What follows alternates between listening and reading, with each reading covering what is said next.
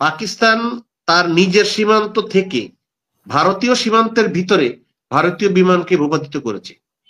সুতরাং এই টেকনোলজিটা রাফায়েলকে অনেকটাই মৃত করে দিয়েছে। সেই কারণে কিন্তু আজকে ইউরোপের মার্কেটে রাফায়েলের যেই দর, সেই দর কিন্তু কমে গেছে।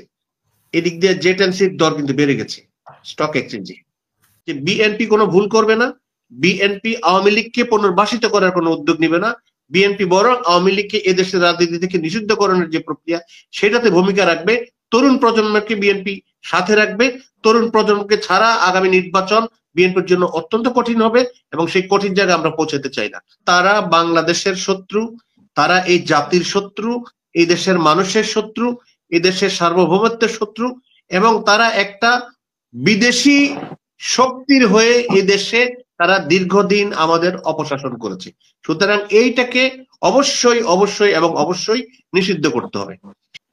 ভারত পাকিস্তান মানে আসলে টান টান উত্তেজনা। এটা শুধু যুদ্ধের মাঠে না, এটা আপনি যে কোনো ক্ষেত্রেই দেখবেন।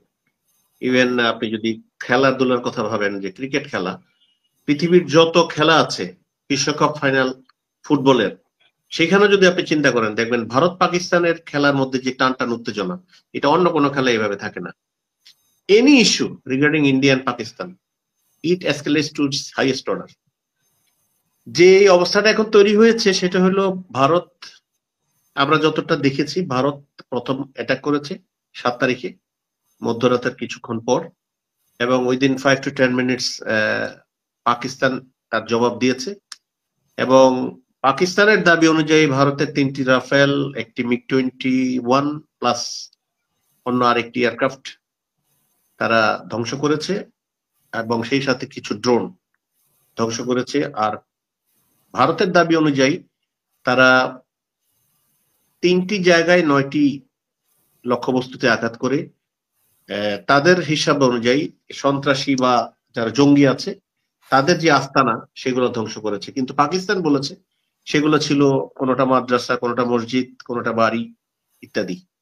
আবার পাকিস্তান অন্যদিকে বলেছে যে আমরা ভারতের কাশ্মীরের ভিতরে ভারতের একটি ব্রিগেডকে অলমোস্ট ধ্বংস করেছি, তা আমাদের কাছে প্রমাণ আছে। 2-1টা এয়ারক্রাফটের ছবি আমরা দেখেছি, যে সেগুলো হলো রাফায়েল, এগুলো পড়ে আছে, এবং পাকিস্তানের দাবি হলো 5 জন পাইলটকে তারা গ্রেপ্তার করতে পেরেছে। এবং কিছু এগুলো বলা তো হচ্ছে যে ইসরায়েলি রাফায়েল, মানে ইসরায়েলি এইটা আমি বলা হতে হয়েছে। পারে। ইসরায়েলের সাথে ইন্ডিয়ার একটা ভালো সম্পর্ক আছে, তাদের ভালো সম্পর্ক বলবো না, এটা আমি বলবো খুবই ভালো সম্পর্ক। এবং ইসরায়েলের প্রযুক্তি, ইসরায়েলের সহায়তা, ইসরায়েলের পরিকল্পনা ইত্যাদি নিয়েই ভারত কাজ করে। এটাতে ভারত, বাংলাদেশে কেমন ঝুঁকিতে পড়তে পারে, মানে এটা যদি কন্টিনিউ করে? বাংলাদেশ তো ঝুঁকিতে অবশ্যই আছে। বাংলাদেশ ঝুঁকিতে এই কারণে আছে, প্রতিবেশী দেশ যদি যুদ্ধে জড়ায়, সেই যুদ্ধের আঁচ কিন্তু তার প্রতিবেশীর গায়ে লাগবেই।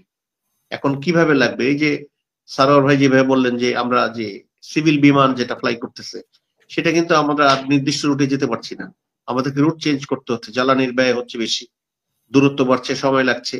তাছাড়া আমাদের এই যে খাদ্যপণ্যের আমদানি রপ্তানি, এগুলোর উপর একটা প্রভাব পড়বে। ইউক্রেন যুদ্ধে যেমন সারা বিশ্বব্যাপী একটা সমস্যা তৈরি হয়েছে। কিন্তু আমি মনে করি পাক ভারত যুদ্ধ যদি ভারতের পক্ষ থেকে উদ্যোগ না নেওয়া হয়, তাহলে এটা চলতে থাকবে। পাকিস্তান এইটাতে কখনোই এই যুদ্ধটা থামাবে না। কারণ এখনো পর্যন্ত পাকিস্তানের যতটুকু আমরা এই বিভিন্ন মিডিয়ার মাধ্যমে জানতে পেরেছি, আমি আন্তর্জাতিক মিডিয়াগুলো মোটামুটি সবই ফলো করি, 7-8টা মিডিয়া, সেখানে আমি দেখেছি যে পাকিস্তান এগিয়ে আছে, মানে ক্লেইম ওয়াইজ। সেই ক্ষেত্রে পাকিস্তান চাইবে না ক্লেইম ওয়াইজ এগিয়ে থাকার সময় সে বলুক যে আমি একটা ট্রুসে যাই বা একটা সন্ধিতে যাই, এই মুহূর্তে যুদ্ধ বন্ধ রাখি। সুতরাং সে উদ্যোগটা নিতে হবে ইন্ডিয়াকে। ইন্ডিয়া যদি মনে করে যে হ্যাঁ আমি একটা বড় ধরনের লম্বা সময়ের যুদ্ধে জড়াবো নিজেকে, সেটা ইন্ডিয়ার চয়েস, ইন্ডিয়া করতে পারে। বাট পাকিস্তান মানে প্রিপেয়ার্ড আছে। আর সবচেয়ে উল্লেখযোগ্য একটা জিনিস যেটা বিশ্ব জানতো না, সেটা হলো চাইনিজ একটা এয়ারক্রাফট আছে, সেটা হলো জে-10C। এটা অ্যাটাকার এয়ারক্রাফট।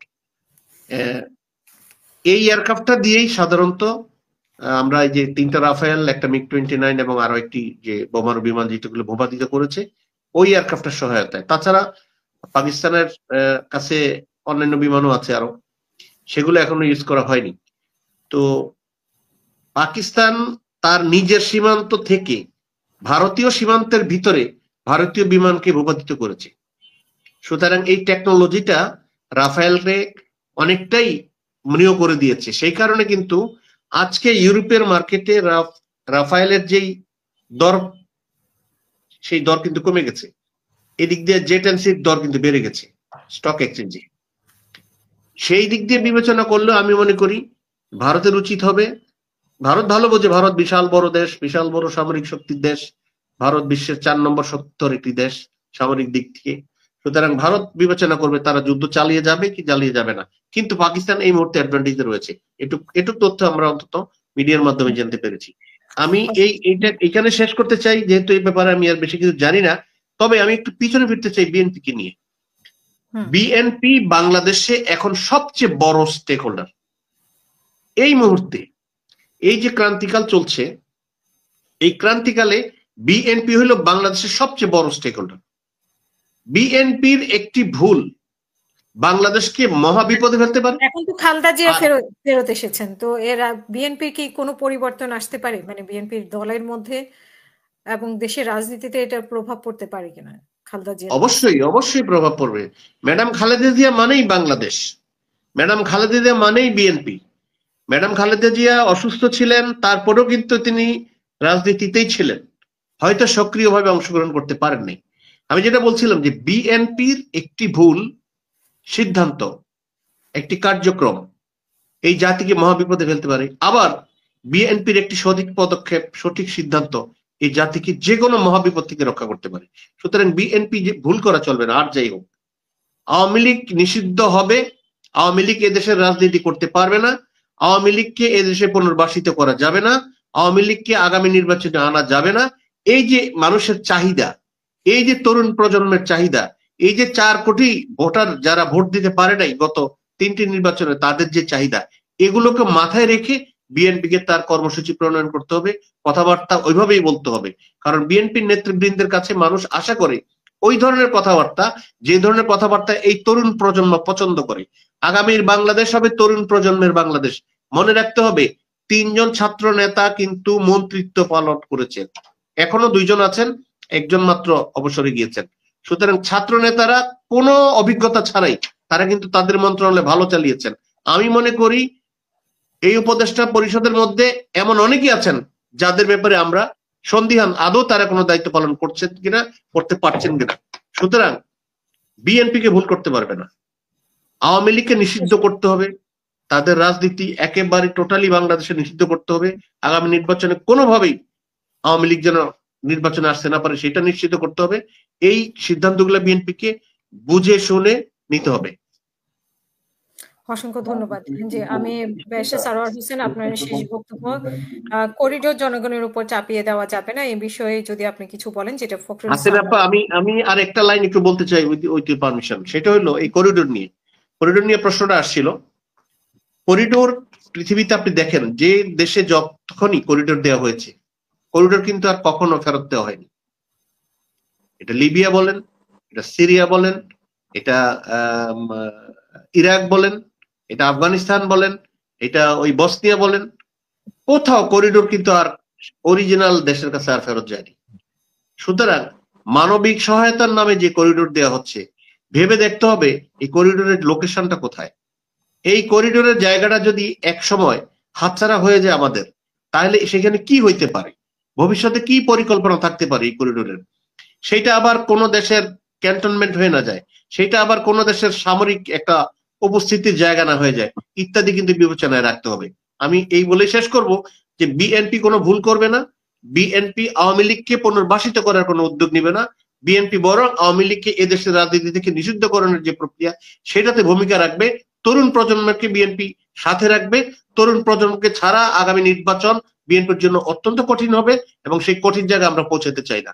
আমার কাছে একটা তথ্য আসছে, সেটা হলো এখন থেকে প্রায় 40 মিনিট আগে আমাদের উপদেষ্টা সজীব মাহমুদ জয়, আসিফ মাহমুদ সজীব সজীব ভুঁইয়া, আসিফ মাহমুদ ভুঁইয়া, সজীব। হ্যাঁ, তিনি একটি স্ট্যাটাস দিয়েছেন তার ভেরিফাইড ফেসবুক পেজে যে ছাত্রলীগ, যুবলীগ এবং স্বেচ্ছাসেবক লীগকে রাজনীতি থেকে এবং বাংলাদেশ থেকে নিষিদ্ধ করার সকল প্রক্রিয়া সম্পন্ন হয়েছে।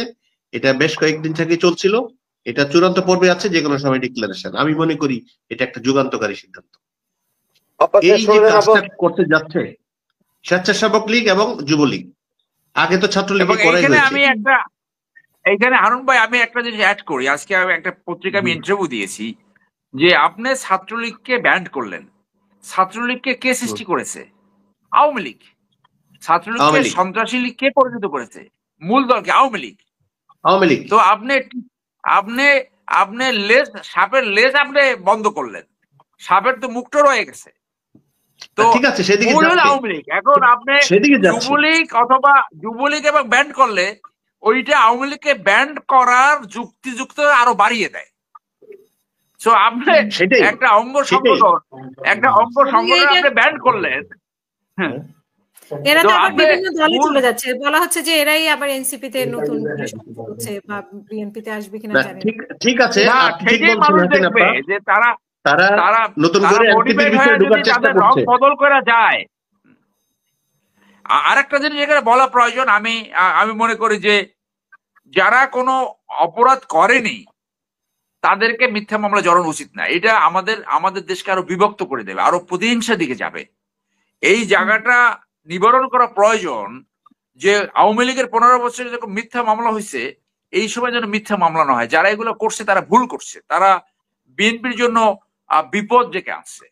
যে এই মামলা বাণিজ্য, তোমাকে টাকা না দিলে আসামি বানাবো, আর টাকা দেয় নাই বলে আসামি, এইটা ইমিডিয়েটলি বন্ধ করা উচিত। বিএনপির প্রত্যেক জেলায় একটা চরিত্রবান মানুষ নিয়ে একটা কমিটি করা উচিত, যে যারা অন্যায় করে নাই তাদেরকে এইটা।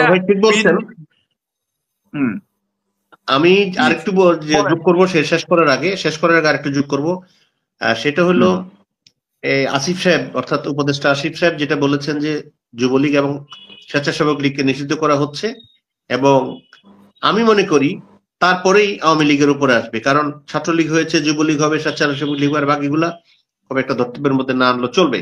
কিন্তু এদেরকে করতে হবে, মূল কথা হলো এদেরকে করতে হবে, কারণ তারা বাংলাদেশের শত্রু, তারা এই জাতির শত্রু, এই দেশের মানুষের শত্রু, এই দেশের সার্বভৌমত্বের শত্রু, এবং তারা একটা বিদেশি শক্তির হয়ে এই দেশে তারা দীর্ঘদিন আমাদের অপশাসন করেছে।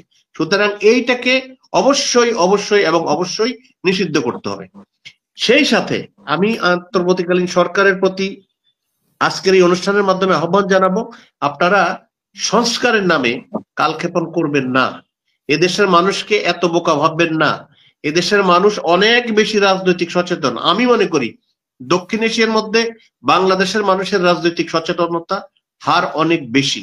সুতরাং এই মানুষগুলোকে আপনারা বোকা মনে করে আপনারা দীর্ঘ সময় নিবেন সংস্কারের নামে এবং ক্ষমতায় থাকতে চাইবেন, এই আশাটা হয়তো আপনাদের জন্য ভবিষ্যতে খারাপ হতে পারে। সুতরাং যৌক্তিক নির্বাচন করার জন্য যে সমস্ত সংস্কার করা প্রয়োজন সেগুলো শেষ করেন, এবং শেষ করে দ্রুত নির্বাচন দেন, এবং গণতান্ত্রিক সরকারের মাধ্যমে বাকি কার্যক্রম চালানোর জন্য তাদের হাতে দায়িত্ব অর্পণ করেন।